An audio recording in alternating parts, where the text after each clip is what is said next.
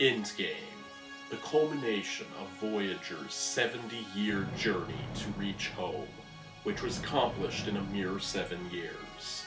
Convenience. It's frustrating that present Janeway, the one we've been following for the past 7 years, has no actual agency in this final mission. So who are the Maquis?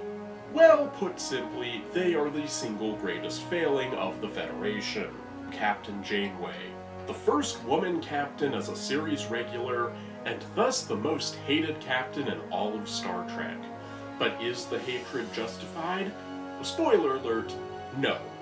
Janeway is great, and Tuvix is an outlier and should not be counted. She knows Janeway straight up murdered Tuvix, right? Seven is kind of a trans icon. She has to undergo both social transition and medical transition. So what is the name of the Doctor? Well, according to him, he's in between names at the moment. Actually, I'm in between names at the moment. Which is quite true, as he has had many names. Schweitzer, Schmillis, Van Gogh, Mozart, hell, even Kenneth at one point. That was a dark day. Can we take a moment to talk about the truly idiotic Warp 10 threshold? For just like 1,000 words or so? Harry Kim deserved a promotion. Tom Paris did not. Chakotay is completely worthless. He could have been a great character, but he's not. It's making sense! I don't know how much longer I can keep it in my mind! You remember that time in Lower Decks when Captain Freeman ordered the ship into a binary star system in order to get rid of a sadistic tester who was trying to get them to fail the test for no reason? Well, Captain Janeway did it first. Why is Tom Paris's backstory the biggest mystery in all of Star Trek? Ponfar is just the worst. It really is quite cursed. Whatever happened to Samantha Wildman? I just realized that the Malon guy from Night is essentially the yellow three-eyed trash alien from Math Blaster. In both cases, you have an alien who has an overabundance of waste product that could literally be used to power their ship. We recycle the energy, use it to power everything, from life support to replicators. But instead of using it, they're littering space like some kind of asshole.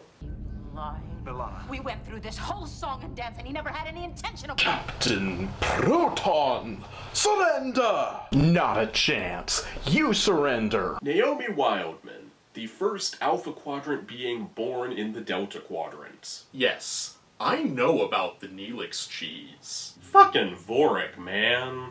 The mutineer they uncover with this investigation was one Michael Jonas. So apparently Michael Burnham was not actually the first mutineer in Starfleet. Well, at least by production order. I guess she is still the first mutineer chronologically. The name Michael is clearly cursed. So Neelix's lungs get stolen. It happens. Seven worries that Tuvok was only sent along as a babysitter to make sure that she doesn't try to contact the Borg again. But Tuvok assures her that the buddy system is official Starfleet protocol, and cites Vulcan honesty as evidence. Is it the captain's custom to send at least 2 people on an away mission? It's not only her custom, it's recommended Starfleet protocol. I've said it before and I'll say it again. Fuck Rick Berman. Seven now has only the Doctor for company.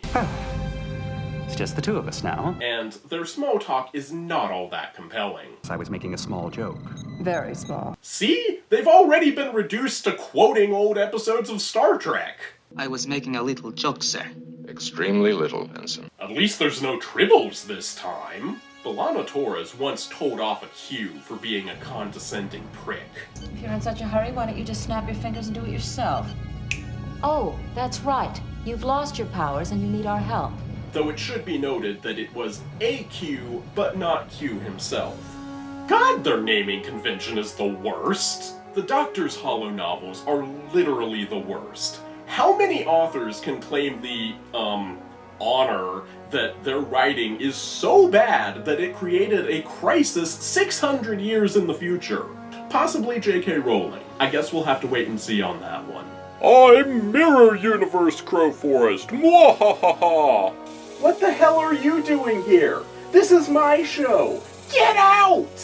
Endgame may very well have been an incredibly flawed finale, but it was a finale to an incredibly flawed show. But despite all of the glaring flaws with this series, and all of the many missed opportunities, this is still a great series. So let's talk about Voyager. The highs and the lows, the failures and the successes. What was and what could have been. This is Star Trek Voyager, To the Journey. To the journey. To the journey. I am only going to say this once. Coffee. Black.